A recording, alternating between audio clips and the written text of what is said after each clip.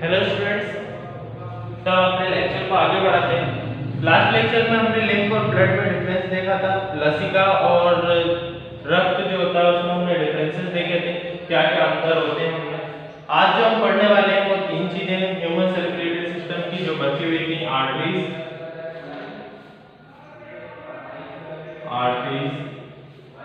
Veins and blood. ठीक है, arteries, veins and blood.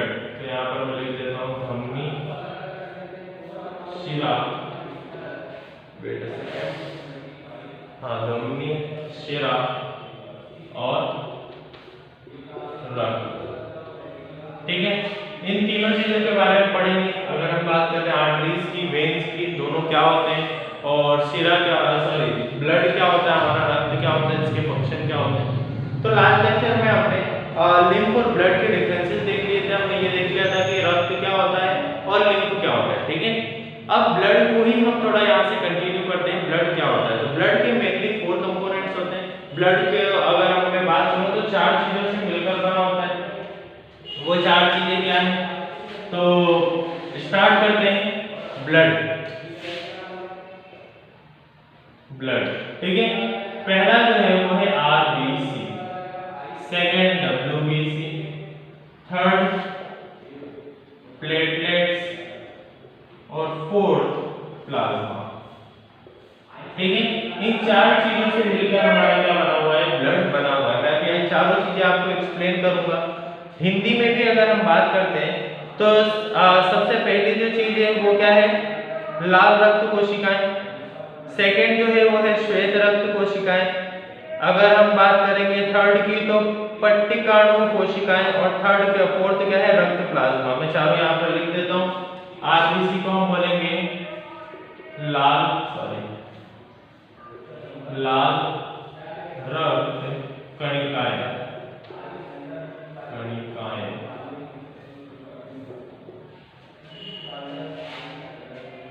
Second जो है उसको हम बोलेंगे श्वेत रक्त कणिकाएं। में यहाँ पर चलने देंगे, यहाँ पर श्वेत रक्त कणिकाएं या फिर कोशिकाएं, कुछ भी बोल सकते हैं।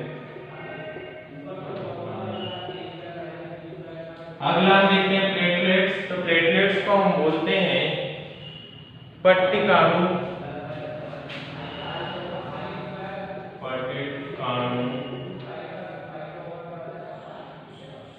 कोशिकाएं।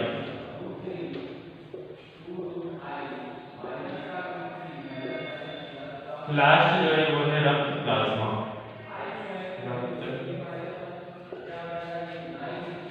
रक्त प्लाज्मा ही बोलते हैं, हाँ रक्त plasma.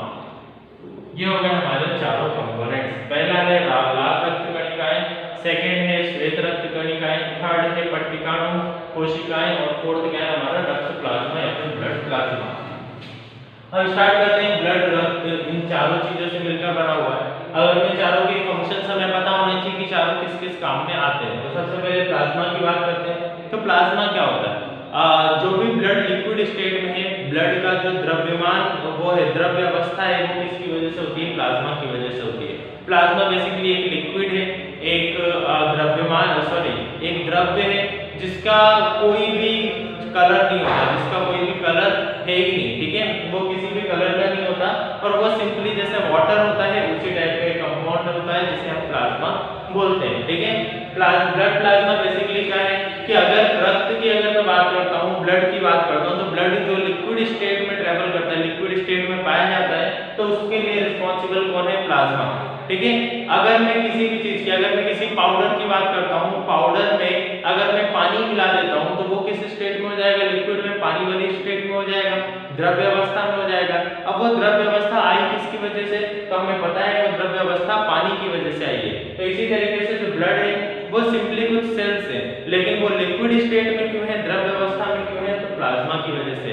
Plasma contains approximately 90% of water. Plasma में अधिकतर 90% उसमें क्या होता है, पानी ही होता है और उसका कोई भी रंग नहीं होता, कोई भी कलर उसका नहीं होता। प्लेटलेट्स की बात करते हैं तो ब्लड जो हमारा इतना गाढ़ा होता है ठीक है, ब्लड को जमाने के लिए, ठीक है, जैसे कि अगर कहीं पर मेरी स्किन पे कट लग गया, यहाँ से पानी वो खून हमारा बहने लगता है, ब्लड बाहर निकलने लगता है और थोड़ी देर के बाद अगर हम देखें तो वो वहीं पर क्या हो जाता है, जम जाता है। तो इसके लिए रिस्पॉन्सिबल कौन है, प्लेटलेट्स। पट्टिकाणु कोशिकाएं ऐसी कोशिकाएं होती हैं जो कि रक्त को जमाने में उसकी मदद करती हैं। सेकंड की बात करते हैं WBC मतलब श्वेत रक्त कणिकाएं। श्वेत रक्त कोशिकाएं या फिर अगर हम बात करते हैं व्हाइट ब्लड सेल्स, तो वो क्या होती हैं, हमारे अंदर बॉडी में जितने भी टाइप के इन्फेक्शन डिसीजेस हो रही हैं उनसे हेल्प करती हैं, उनसे लड़ने का काम कौन करती है, WBC। व्हाइट ब्लड सेल्स हमें बहुत सारे इन्फेक्शंस से या फिर हम बोल सकते हैं कि अलग अलग टाइप के जो हमारे लिए हार्मफुल माइक्रो ऑर्गेनिजम्स होते हैं, बैक्टीरियाज होते हैं, उनसे हमारी हेल्प करती है, इन्फेक्शन से हमें बचाती है। अगर हम RBCs की बात करते हैं तो RBCs का काम मैं आपको पहले भी बता चुका हूँ, ऑक्सीजन को हमारी पूरी बॉडी में पहुंचाना और कार्बन डाइऑक्साइड को पूरी बॉडी से लेकर आने का काम किसका है, RBCs का है। चारों ही अपने अपने रोल निभाते हैं, चारों का ही जो अगर हम यहाँ पर किरदार देखें तो चारों अपने अपने रोल प्ले करते हैं। तो ब्लड आई थिंक यहाँ पर चारों कंपोनेंट्स ब्लड के यही है, इन्हीं चारों चीजों से मिलकर ब्लड बनता है। और ब्लड का जो रेड कलर है वो किसकी वजह से होता है, RBCs की वजह से होता है। अगर मैं RBCs की बात करूं तो ये लाल कोशिकाएं होती हैं जिसकी वजह से रक्त का जो कलर होता है, रक्त का जो रंग होता है वो भी किसका हो जाता है, लाल कलर का हो जाता है। तो ये बेसिक पॉइंट्स हो गए, चारों कंपोनेंट्स आपको क्लियर हो गए होंगे। अब हम देखते हैं कि ब्लड का काम क्या है हमारी बॉडी में। देखो ब्लड के बहुत सारे फंक्शंस हैं, अगर हम उसके अगर पॉइंट्स की बात करें, जिन कंपोनेंट से वो मिलकर बना है तो 2 पॉइंट्स तो हमें यही मिल जाएंगे। ब्लड का फंक्शन क्या है हमारी बॉडी में, तो पहला ये है to regulate oxygen in our body. हमारे शरीर में ऑक्सीजन को पहुंचाने का काम किसका है, ब्लड का है। To collect CO2 from our body, हमारी बॉडी से कार्बन डाइऑक्साइड कलेक्ट करके बाहर निकालने का काम भी किसका है, ब्लड का है। कलेक्ट करने का काम ब्लड का है, बाहर निकालने का काम हमारे फेफड़ों का है, लंग्स का है। तो यहाँ पर आपको दिया हुआ है परीक्षा बोर्ड में, अगर हम ब्लड के फंक्शन देखते हैं, रक्त के कार्यों का वर्णन देखते हैं तो यहाँ पर दिया हुआ है कौन कौन से हैं। पहला, यह ऑक्सीजन को फेफड़ों से ऊतकों तक कार्बन डाइऑक्साइड के ऊतकों से फेफड़े तक पहुंचाता है। पहला तो यही हो गया जो मैंने आपको बताया कि लंग्स से पूरी बॉडी में ऑक्सीजन पहुंचाता है और पूरी बॉडी से कार्बन डाइऑक्साइड कहां पहुंचाता है, लंग्स तक पहुंचाता है। रुधिर और लसिका तंत्र बहुत से उपापचयी अपशिष्ट पदार्थों तथा विषैले उत्पादों को उत्सर्जन के लिए वक्र में ले जाते हैं। तो यहाँ पर क्या है, सिंपली हम बात कर रहे हैं कि बहुत सारे एक्सक्रीटरी प्रोडक्ट्स होते हैं, उनको ले जाने का काम भी किसका होता है, ब्लड का होता है। जो बहुत सिंपल से यहाँ पर बहुत सारे पॉइंट्स दे रखे हैं, आप वो सारे पॉइंट पढ़ना परीक्षा बोर्ड में से, अगर उसमें कोई सा डाउट आए तो आप मुझसे पूछ सकते हैं। अभी बहुत जो सिंपल से पॉइंट है जो कि समझ में बहुत आसानी से आ जाएंगे और जिनसे हमारा काम भी हो जाएगा, वो पॉइंट्स हम पढ़ते हैं। पहला point, to regulate oxygen in our body. Second है to collect CO2 from our body. Third है to maintain the temperature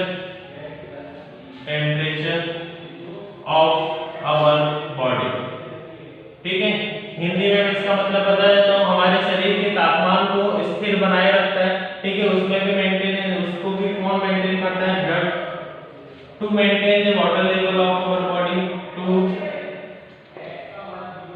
maintain the water level of our body. पानी के अगर मैं स्तर की बात करता हूं तो उसको भी मेंटेन करके कौन रखता है, हमारा ब्लड रखता है। इसी तरीके से कई सारी चीजों में उपयोग में लाया जाता है। बहुत सारे इन्फेक्शंस से लड़ने में भी हमारी कौन मदद करता है, ब्लड मदद करता है। अगर मैं ब्लड में प्रेजेंट WBCs की बात करता हूं, व्हाइट ब्लड सेल्स की बात करता हूं, तो बहुत सारे माइक्रो ऑर्गेनिजम्स हैं और हार्मफुल बैक्टीरिया से हमें प्रोटेक्ट करती है, हमारे शरीर को बचाती है। तो ये इसके फंक्शंस हो गए, सभी फंक्शंस आई थिंक समझ में आ गए होंगे। हिंदी में मैंने बोल दिया था, यहाँ पर लिखता तो बहुत ज्यादा टाइम वेस्ट होता उसमें, इसलिए मैंने हिंदी में बोल दिया था। अगर फिर भी आपको कोई डाउट आ रहा है तो आप मुझसे पूछ सकते हैं। अब जो 2 कंपोनेंट्स बच्चे हमारे आज पढ़ने वाले थे जो हम, वो है धमनी और शिरा। तो परीक्षा बोर्ड में आप उसके डिफरेंसेस निकाल लेना, उसी में मैं आपको समझा दूंगा। लसिका सॉरी धमनी और शिरा की हम बात करते हैं तो पहला डिफरेंस दिया हुआ है, धमनी की भित्ति लचीली तथा मोटी होती है। अब देखो अगर मैं आर्टरीज और वेन्स की बात करूं तो दोनों ही क्या है, ट्यूब टाइप स्ट्रक्चर है, ठीक है, दोनों ही क्या है, ट्यूब टाइप स्ट्रक्चर है, मतलब एक तरीके से ये ट्यूब है। पाइप हमने देखी कुछ उसी टाइप का इनका स्ट्रक्चर होता है। अब इनमें क्या है, जो हमारी आर्टरीज होती है, आर्टरीज की अगर मैं बात करूं तो आर्टरीज क्या होती है, हमारे शरीर में ऑक्सीजनेटेड ब्लड, ऐसा रक्त जिसमें ऑक्सीजन है उसे ले जाने का, उसे सर्कुलेट करने का, घुमाने का काम कौन करती है, आर्टरीज मतलब धमनी करती है, ठीक है। और डीऑक्सीजनेटेड ब्लड को कैरी कौन करती है, शिरा मतलब वेन्स हमारी जो होती है वो डीऑक्सीजनेटेड ब्लड को कैरी करती है। हमने हमारे शरीर में देखा होगा दो तरीके की नसें पाई जाती है, एक कुछ ब्लू कलर की दिखती है और एक रेड कलर की दिखती है। तो जो ब्लू कलर वाली होती है वो होती है वेन्स, और जो रेड कलर की होती है वो कौन सी होती है, आर्टरीज। अब ऐसा क्यों, आर्टरीज रेड होती है वेन्स ब्लू क्यों, तो आर्टरीज रेड होती है क्योंकि यहां पर क्या होता है, ऑक्सीजनेटेड ब्लड होता है, इसलिए आर्टरीज का कलर क्या होता है, रेड। शिरा मतलब वेन्स का कलर ब्लू होता है क्योंकि यहां पर डीऑक्सीजनेटेड ब्लड होता है, डीऑक्सीजनेटेड ब्लड होता है यहां पर, ठीक है। वेन्स को हम क्या बोलते हैं, शिरा, और आर्टरीज को हम बोलते हैं धमनी, ठीक है, धमनी और शिरा। तो यहाँ पर डिफरेंसेस क्लियर ही हो गए। पहला कि आर्टरीज जो है वो रेड कलर की होती है, वेन्स जो है वो ब्लू कलर की होती है, दिखती है हमें। सेकंड, आर्टरीज की अगर मैं बात करता हूँ तो वो ऑक्सीजनेटेड ब्लड को कैरी करती है, वेन्स की अगर मैं बात करता हूँ तो वो डीऑक्सीजनेटेड ब्लड को कैरी करती है। आर्टरीज जो होती है यहाँ पर ब्लड का जो प्रेशर होता है वो बहुत ज्यादा होता है, इसलिए इसकी वॉल्स जो होती है, इसकी वॉल्स हमेशा थिक होती है, ठीक है।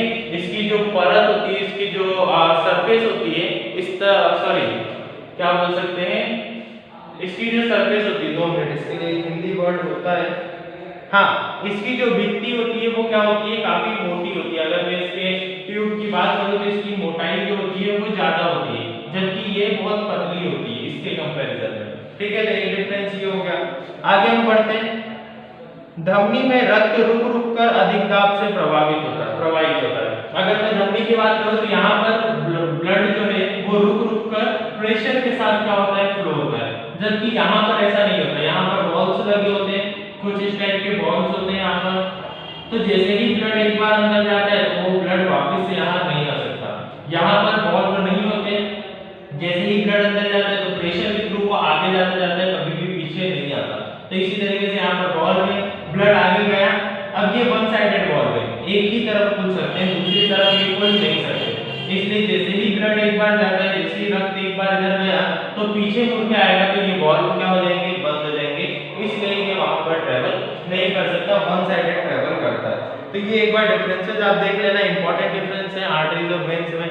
धमनी और शिरा के जो अंतर होते हैं वो काफी बार पूछे भी गए, तो एक बार आप इनको देख लेना। और अब हम जो अगला टॉपिक पढ़ने वाले हैं इस चैप्टर का वो है प्लांट्स के बारे में, पौधों के बारे में, कि उनमें न्यूट्रिशन कैसे होता है। हमने ह्यूमन बॉडी के पूरे तरीके से देख लिया कि न्यूट्रिशन की प्रोसेस क्या होती है, पोषण किस तरीके से किया जाता है। अब हम देखेंगे कि प्लांट्स में क्या होता है। लास्ट टॉपिक हमारा बचा हुआ है इस चैप्टर को, फिर ये लास्ट टॉपिक जैसे ही हम प्लांट्स पढ़ लेंगे तो वहाँ पर ये चैप्टर हमारा एंड हो जाएगा, ठीक है। अगर कोई डाउट आए तो आप व्हाट्सएप ग्रुप पे पूछ सकते हैं। Thank you.